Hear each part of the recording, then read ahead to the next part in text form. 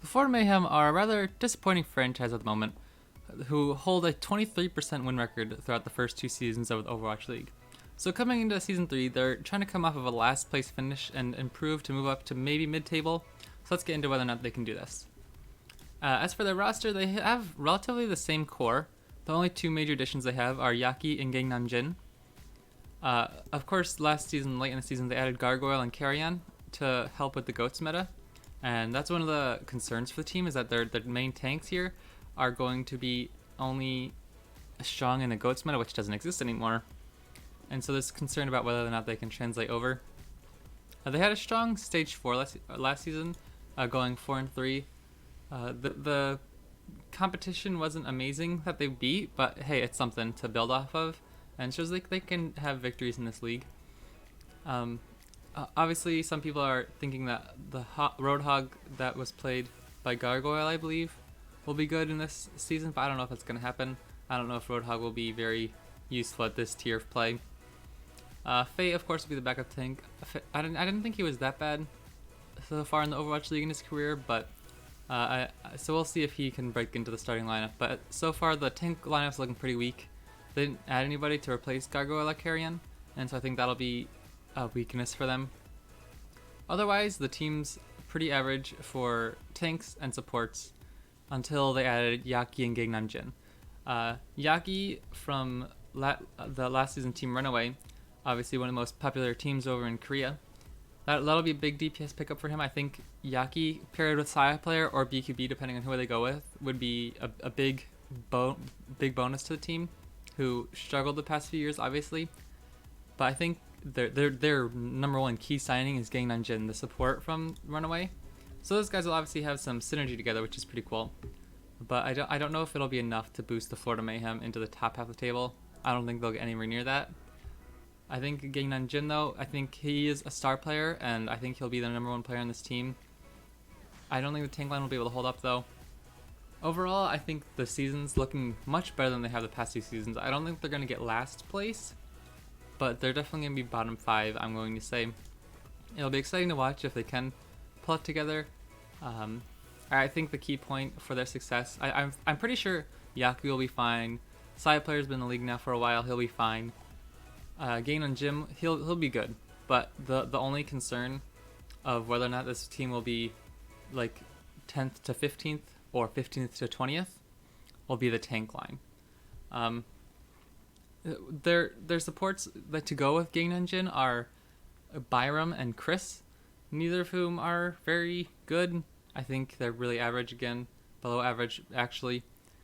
So it'll be interesting to see how it goes. They have a few standout players here and there, but I don't know if they'll do much. I think this is one of the worst franchises in the Overwatch League at the moment. I don't think they'll improve much this season. I think they'll still have one of the worst overall records of all the franchises. So, I mean, they're coming off a 6-22 season. Let's see, throughout the stages, they went 1-6 stage 1, and then 0-7 stage 2, and 1-6 in stage 3, and that showed how poor they were in the Goats meta.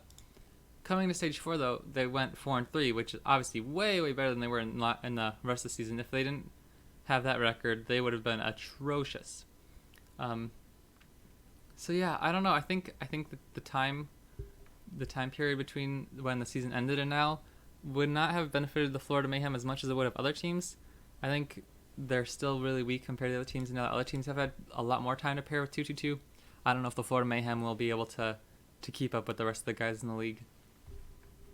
Overall, I think the DPS are going to be the strongest part of the Florida Mayhem, with Sayaplayer and Yaki, and then Gangnam Jin will be really the only other standout performer on this team.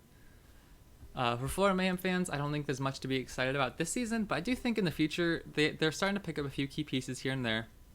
And after some of like the old roster, like anytime the contracts expire, I don't know how much of this is guaranteed contracts. Once some of that gets over, I think they'll be able to start picking up pace, because they definitely have potential with the Yaki and Gangnam Jin there. But I still think it's at least another season away before this team does much of anything notable.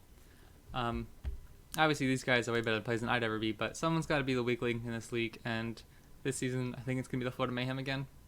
Fun little side note. They did rebrand themselves a little bit. All the colors switched from like the yellow and black theme over like the black and pink Miami Vice feel, I guess. And so that's really cool. Obviously, it's a full Korean roster, so there won't be any communication issues like that. I think it's just going to come down to actual talent. And I think these guys, for the most part, are below average. I think there's a lot of hype behind Gangnam Jin, but I don't know if they'll be in the Rookie of the Year running at all, especially on such a weak team where, it'll be hard to be that good. Because obviously it doesn't matter how good you are if the rest of your teammates just can't play up to snuff with the rest of the league. But I think there will be some moments where this team looks good, and maybe as the season goes on, a meta shift, anything like that might benefit them more.